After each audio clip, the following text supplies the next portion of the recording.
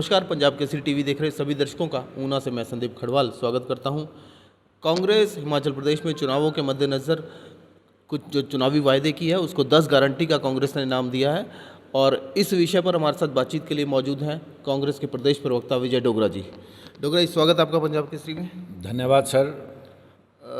तो जैसा कि कांग्रेस ने हिमाचल प्रदेश को चुनावों के मद्देनज़र हिमाचल प्रदेश की जनता को 10 गारंटी देने का वायदा किया है, तो इसके पीछे क्या लॉजिक क्या है और क्या अहम गारंटियाँ कौन सी? मैं ये समझता हूँ कि कांग्रेस जो वादा करती है उसको निभाती है और जब से कांग्रेस सत्तासीन हुई है और जब जब सत्ता में रही है कांग्रेस ने जो कहा है वो पूरा किया है। और इस बार मूल रूप से क्योंकि हिमाचल प्रदेश में ये कह रहे थे कि डबल इंजन की सरकार है और डबल इंजन बहुत कुछ इस प्रदेश के लिए कर रहा है, लेकिन कहीं ना कहीं हमें ऐसे लगा कि इन 4.5 साल में लोगों के साथ झूठे वादे किए गए, उन वादों को पूरा नहीं किया गया और जुमलेबाजी की जो सरकार है, जुमलों से सरकारें नहीं चलती हैं। और कांग्रेस ने मूलतः ये इस बार ये तय किया कि हम लोग जो गारंटी देंगे उसको हम लोग साक्षर अपने घोषणा पत्र में लाके हम पूरा भी करेंगे। और ये जो 10 गारंटियां हैं, इन गारंटियों में सबसे बड़ी गारंटी ये है कि जो हम लोगों ने महिला प्रोत्साहन के लिए हम लोगों ने जो 1500 रुपया 18 से 60 वर्ष तक की महिलाओं के लिए रखा है, ये एक ऐतिहासिक फैसला है। क्योंकि हम लोग मनरेगा एक ऐसा ऐतिहासिक कदम था यूपीए सरकार का, जिसके माध्यम से महिला सशक्तिकरण में बहुत बड़ा एक बदलाव आया था और गृहिणियाँ ये महसूस करने लगी थी कि हम लोग भी स्वतंत्र और स्वायत्त हैं। सवाल ये उठता है कि जब आप कांग्रेस इतना बड़ा कदम उठाने की बात कहती है, लेकिन वहीं कांग्रेस हिमाचल प्रदेश के बजट को घाटे में उठाने का भी सवाल अक्सर उठाती रही है, चाहे सरकार जिसकी भी रही हो। तमाम सरकारें हिमाचल प्रदेश में रही हैं, बीजेपी की भी कांग्रेस की भी रही हैं, लेकिन सरकारें घाटे में जाती रही हैं, उसको सवाल उठाती रही है उस पर भी कांग्रेस। तो क्या उसके मद्देनज़र आप समझते हैं कि इतना बड़ा बजट जुटा पाना संभव होगा? क्योंकि हिमाचल प्रदेश में लगभग 35 लाख महिलाएं हैं और सर्वविदित है कि 22,000 करोड़ से ज़्यादा का बजट लगेगा ये सब देने के लिए। मैं ये समझता हूँ कि कांग्रेस ने इसके लिए पूर्ण रूप से सारा होमवर्क कर लिया है और उस होमवर्क के तहत ही हम लोगों ने इन 10 गारंटियों की बात की है। और कांग्रेस मूलतः ये कहती रही है कि हम लोग जब सत्ता में आएंगे, ये जो आर्थिक घाटा इन सरकारों ने, क्योंकि केंद्र से ये कोई राहत नहीं ला पाए और हम लोग ये विश्वास से कह रहे हैं और जो गारंटियां हमने दी हैं, इन गारंटियों के माध्यम से हम ये कहना चाह रहे हैं कि हर गारंटी को हम लोग साक्षर लागू करेंगे। सरकारें तो और सरकारें हमारी रही हैं, हमने जब हमारी सरकारें रही हैं हम लोगों ने राहत ही नहीं पहुंचाई है, हम लोगों ने महंगाई पे अंकुश लगाया है, हम लोगों ने मनरेगा का बजट बढ़ा के, चाहे वो केंद्र से हमें राहत मिली थी और केंद्र सरकार ने भी जब मनरेगा की स्कीम लागू की उस समय, और दिहाड़ी भी हम लोगों ने बढ़ाई, हम लोगों ने तो मिनिमम बेजिस पे बात की। और आज जो गारंटियां हम दे रहे हैं उन गारंटियों में हम लोग ये कह रहे हैं, क्योंकि हमारी जो पिछली सरकार थी कांग्रेस की हिमाचल प्रदेश में, हम लोगों ने 1,35,000 दिहाड़ी तो हिमाचल की मौजूदा बीजेपी सरकार में भी बढ़ी है। कांग्रेस 210 छोड़ के गई थी, अभी 350 लगभग किया जा रहा है।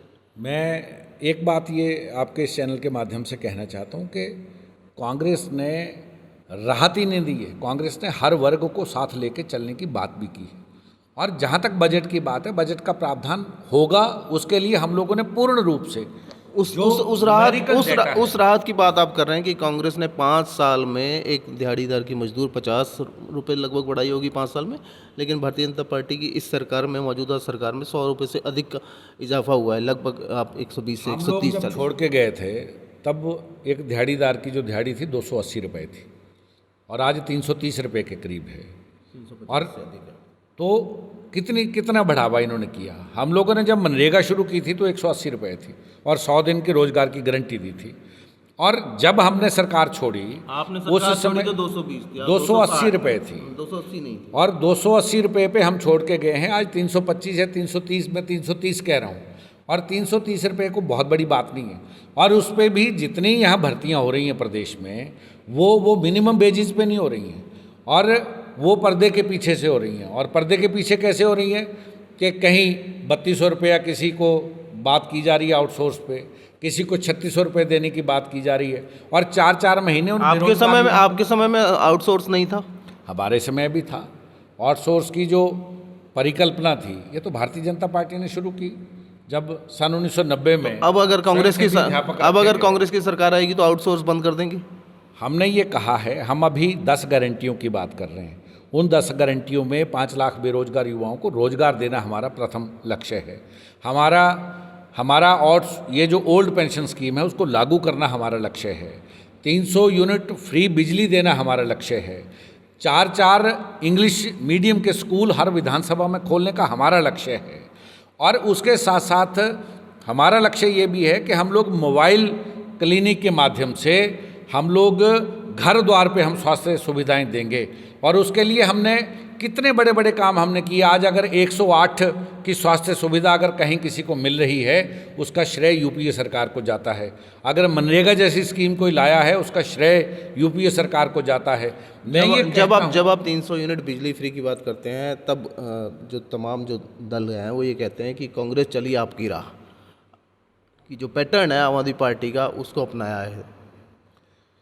कांग्रेस ने, अगर आप पिछले काफ़ी लंबे समय से आप देखें तो कांग्रेस ही एक ऐसी सरकार रही है जिसने जब भी इलेक्ट्रिसिटी रेगुलेटरी कमीशन कभी कोई दाम बढ़ाता था तो सबसे ज़्यादा सब्सिडाइज तरीके पे अगर कोई किसी को बिजली मुहैया करवा पाया है प्रदेश में, और बिजली 24 घंटे रहने की बात हुई है तो कांग्रेस की सरकारों में रही है। आप मानते हैं कि आम आदमी पार्टी की राह पर है कांग्रेस? आम आदमी पार्टी तो अभी जुम्मा अभी 10 साल नहीं हुए हैं, लेकिन हर व्यक्ति की सोच अपनी अपनी है। लेकिन हमारा जो नेतृत्व है, हमारा नेतृत्व जिस कर्मठता के साथ, जिस तीव्रता के साथ आगे बढ़ रहा है, और उनको ये लगा, क्योंकि हम लोगों ने तो महंगाई के ऊपर रोक लगाने के लिए हम लोगों ने पीडीएस की बिजली की बात, जो फ्री की बात आम आदमी पार्टी करती है, 300 ही आप कर रहे हैं। हमने तो 300 यूनिट बिजली फ्री की बात हिमाचल प्रदेश के लोगों को इसलिए की कि भारतीय जनता पार्टी ने ये कहा कि 60 यूनिट हम लोग देंगे, और 60 यूनिट के बाद अगर 61 यूनिट हो जाएंगे तो 161 यूनिट का 125 दे रहे हैं फिलहाल वो फ्री, और उसका रिकॉर्ड ऑन रिकॉर्ड आ चुका है। 125 लागू हो चुका है, 125 यूनिट बिजली फ्री थे। और मैंने इलेक्ट्रिसिटी के अधिकारियों से, बिजली विभाग के अधिकारियों से मैंने पहले चर्चा करने के बाद मैं उस आंकड़े पे बात कर रहा हूँ, मैं झूठे आंकड़ों पे बात नहीं कर रहा। हम भी झूठे आंकड़ों पे बात नहीं कर रहे हैं, हम भी पंजाब केसरी जो है बिल्कुल सही आंकड़ों पे बात कर रहा है। 125 यूनिट बिजली हिमाचल प्रदेश में फ्री योजना लागू हो चुकी है, और लोगों के जो बिल आए 125 तक के फ्री आए। वो फिर पहले क्या वो 60 यूनिट वाला जुमला था? अगर उन्होंने 60 से बढ़ा करके 125 कर दिया, और 125 भी लागू हो चुके। 2 बैंड थे। पहला बैंड ये था कि 0 से 60 कोई पैसा नहीं लगेगा। दूसरा बैंड ये था कि 61 से लेके 125 तक दूसरे पैसे लगेंगे। अगर ये भी जुमला ही है तो मैं ये समझता हूँ कि भारतीय जनता पार्टी, मुझे लगता है कि आपको थोड़ी सी जानकारी दुरुस्त करनी चाहिए। 125 तक की, हम पंजाब केसरी ये कह रहा है कि 125 तक की जो यूनिट है वो फ्री हो चुकी है, और 125 यूनिट तक के लोगों के बिजली के बिल फ्री आए, शून्य है। हम तो 300 यूनिट बिजली फ्री देने की बात कर रहे हैं। और उसके साथ साथ हम लोग ये जो किसान बागबान हैं, हम उनको और संगठित करने के लिए, उनको और सुदृढ़ करने के लिए हम लोगों ने ये कहा है कि बागवान अपने फलों की कीमतें, किसान अपनी सब्जियों की कीमतें स्वयं तय करेंगे और सरकार को बताएंगे कि हमारे ये खर्चे हैं। हम लोगों ने ये जो गारंटियां हैं, सवाल ये भी उठाते हैं कि जो पहले ही देश में 2 राज्यों में, कुछ राज्यों में जो कांग्रेस की सरकारें हैं, वहाँ कांग्रेस इस चीज़ को इम्प्लीमेंट क्यों नहीं करती है, जो चाहे वो बिजली फ्री की बात हो, चाहे वो दूसरे वायदे हों। हम प्रदेशवासी, हिमाचल के जो प्रदेशवासी हैं, और प्रदेश कांग्रेस कमेटी ने जो फैसला लिया है, ये बड़ा सोच समझ के फैसला लिया है। और इस फैसले को मैं आपके इस चैनल के माध्यम से ये कहना चाहता हूँ कि ये फैसला बड़ा ऐतिहासिक फैसला होगा। हर वर्ग इससे राहत महसूस करेगा, हर वर्ग को इस फैसले से फ़ायदा मिलेगा। और ये जो 10 गारंटियाँ हैं, ये कहीं ना कहीं हमारे किसानों को, हमारे भैंस पालकों को, हमारे और हर वर्ग के लोगों को साथ जोड़ के, क्योंकि अब भारत जोड़ो यात्रा 7 से शुरू हुई है, चलिए हमारी जो से लेके कश्मीर तक। अब ये जनता, आपने जो 10 गारंटी है वो जनता के बीच में रख दी है। अब जनता ये तय करेगी कि वो क्या निर्णय जो जनता लेती है। लेकिन इस बीच जो कांग्रेस की जो पहली सूची, ये सुनने वाला कि जल्द ही घोषित हो सकती है, तो हिमाचल प्रदेश की ऊना ज़िले में 5 विधानसभा सीटें हैं। 5 विधानसभा सीटों में अगर क्रमवार सीटों की बात करें तो कितने उम्मीदवार या कितने आवेदन यहाँ से आए हैं? मोटा मोटा आंकड़ा ये है कि लगभग 22 से 24 के बीच में कुटलैहड़ से आए हैं। हमारे जो नेता प्रतिपक्ष हैं हरोली से, उनके वहाँ से वो अकेले हैं। ऊना सदर से विधायक सतपाल यादव जी अकेले हैं और 5 या 6 आवेदन गगरेट से हैं, 3 या 4 के करीब चिंतपूर्णी से होंगे। सबसे ज़्यादा आवेदन हमारी विधानसभा क्षेत्र से हुए जहाँ से मैं आता हूँ। और आपका उसमें आपका भी आवेदन शामिल है?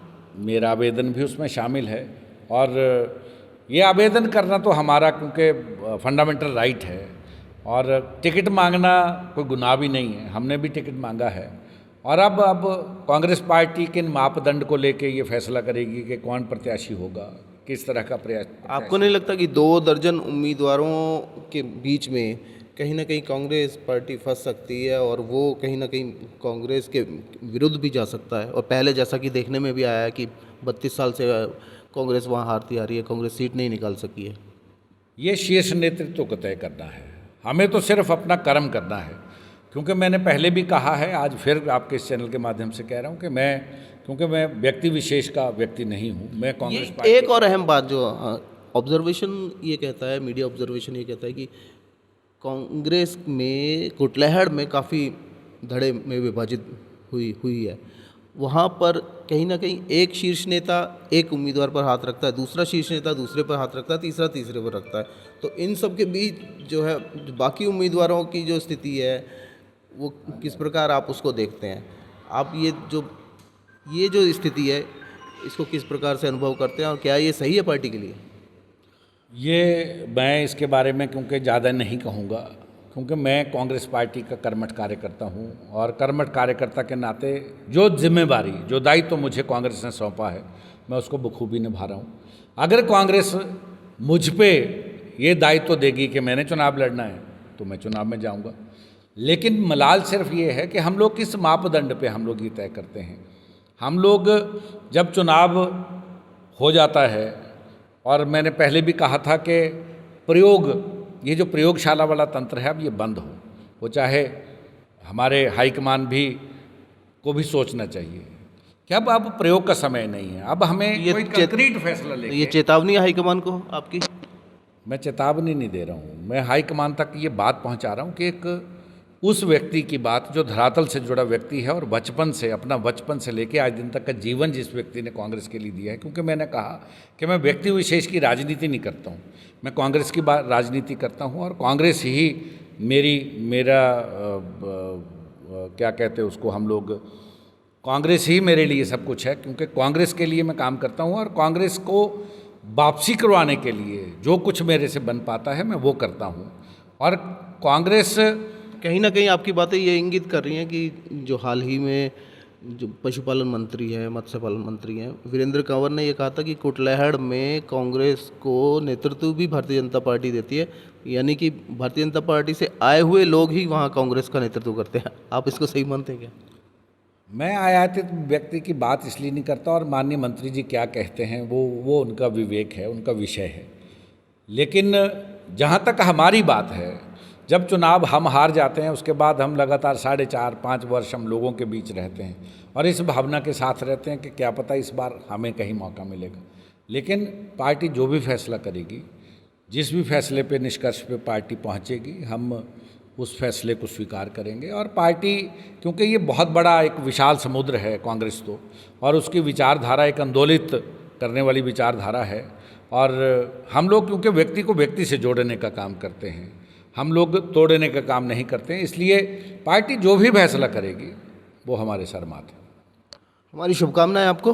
तो ये थे कांग्रेस पार्टी के प्रदेश प्रवक्ता विजय डोगरा, जिनका स्पष्ट तौर पर ये कहना है कि कांग्रेस ज़रूर कहीं ना कहीं कुछ विभाजित है, नज़र आ रही है कि कुटलैहड़ में, लेकिन इन्हें उम्मीद है कि कांग्रेस इन सब से उभर पाएगी और एक ज़मीनी व्यक्ति को कुटलैहड़ से टिकट दे करके वहाँ का किला फतेह करने का प्रयास करेगी। इनको ये भी उम्मीद है कि चुनावी गारंटी जो कांग्रेस ने दी है हिमाचल प्रदेश में जनता को, उसके सहारे भी कहीं ना कहीं पार्टी की नैया पार लग सकती है। पंजाब केसरी टीवी के लिए ऊना से संदीप खड़वाल।